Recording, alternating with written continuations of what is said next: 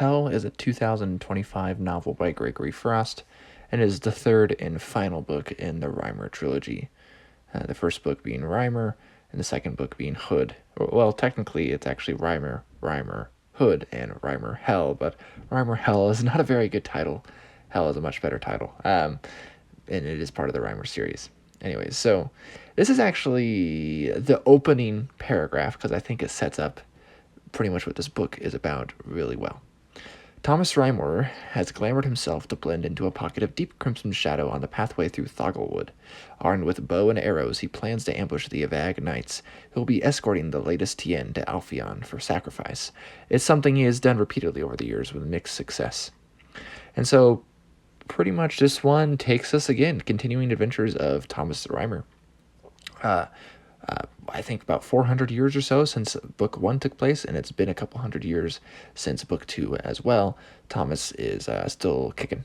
So the opening lines actually convey really a difference between book 3 and the first two books. Thomas is on the hunt rather than being hunted or in the wrong place at the wrong time. He has once again wittingly taken the fight to the Avag, or the Elves, in the forest outside of Hell itself, to Evagdu, Alpheon.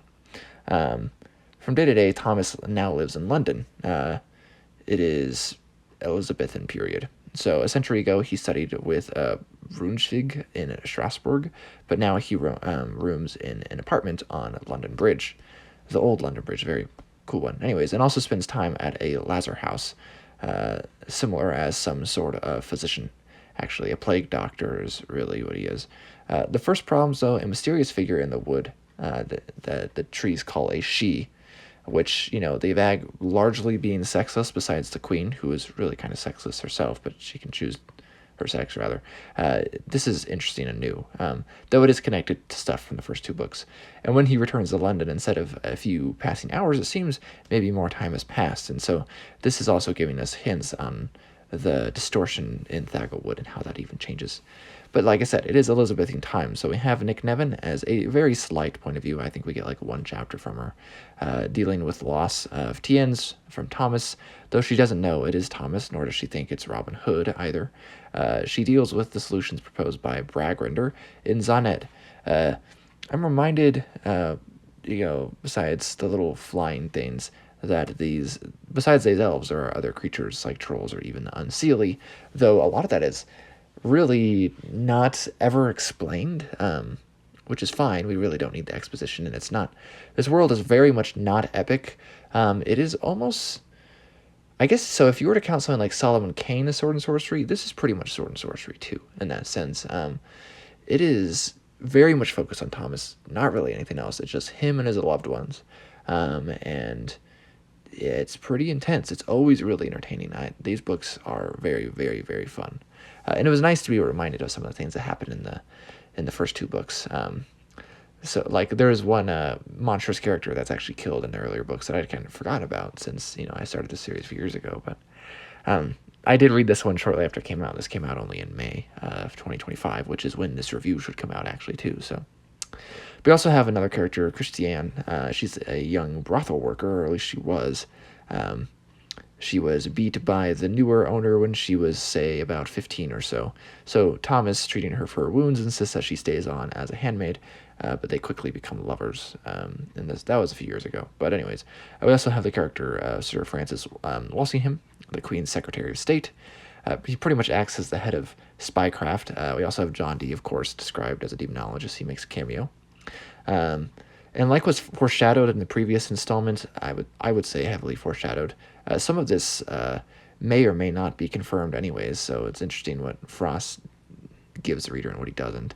Bragrander, for example, seems to be Thomas's child with Nick Nevin. And Zaned is seemingly his changeling niece, the offspring of his long-dead sister. But again, this is a presumption. Thomas also spoke, apparently, you find out in this book, with Jeanne La Parcelle about her visions to see if they were related to the Avag. This woman is actually, of course, the more popularly known as Joan of Arc in modern English. So it's just a fun little tidbit that happened between books 2 and 3. The plot is rather double this time. One part is against the elves as normal, and this is the main focus. But otherwise, this is the reign of Queen Elizabeth, and a certain invasion by a certain Philip hasn't occurred. Hint, hint, nudge, nudge. And so we also deal with like things of state. Remember, Walsingham in the spycraft is present in this book. So we also have cameos from some like people like Christopher Marlowe, very very small one from Shakespeare. But I do think the exploration of what Thomas thinks about everything in this book, like whether that's a religious or spiritual sense, would be nice. I'm not really bothered by this, that it's excluded, even though this would be a rather, there's certain religious sayings you expect from this time period. I think it can be chalked up to his adult childhood and then his experiences after that. But Thomas does seem a little bit more reserved in this book than he does in the first two books. He's very much out for himself in a sense, and while he does have a sense of like taking care of people, in this time it seems a little bit less of a worry, and it seems also a little easier now. So like he's still he's really good at his job at this point. So I mean, while I think this is a new favorite trilogy for me, and it mixes that fantasy, historical fiction, sci-fi, and horror, and medieval tales, the horror element in this book is toned down way less actually, because I'm just less afraid for Thomas as a character, pretty much. It is really fun still, though. This one was also less sexy, with along the horror elements kind of being less.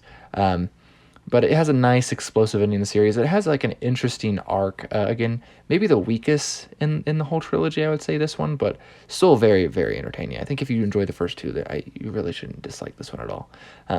I do think I'll have to read them all someday. And while I don't generally broadly recommend things, I'm just trying to say what I think of the books and you can determine for yourself if you think would be something you want to read. I think most people who do watch my channel and find that they enjoy maybe the books that I read, I probably could recommend this one. I think this series is fun, and it's really unpopular. So again, Reimer, the first book, very fun. Thomas Reimer is a fun historical character and who doesn't really get like any attention, to be honest. And then to go from that into Robin Hood and then Elizabethan times is really fun. I will real quick share a quote from an author. This came out a while ago, so probably before he ever read the third book, but this is, of course, the award-winning Michael Swanwick, and the quote is, "Ring bells and throw confetti from the rooftops. Gregory Frost's Reimer is a wonder and a delight, and easily the best thing I have read in years. I recommend it to literally everyone in the world. It's just that good." Liam from Liam's Lyceum, thanks for watching.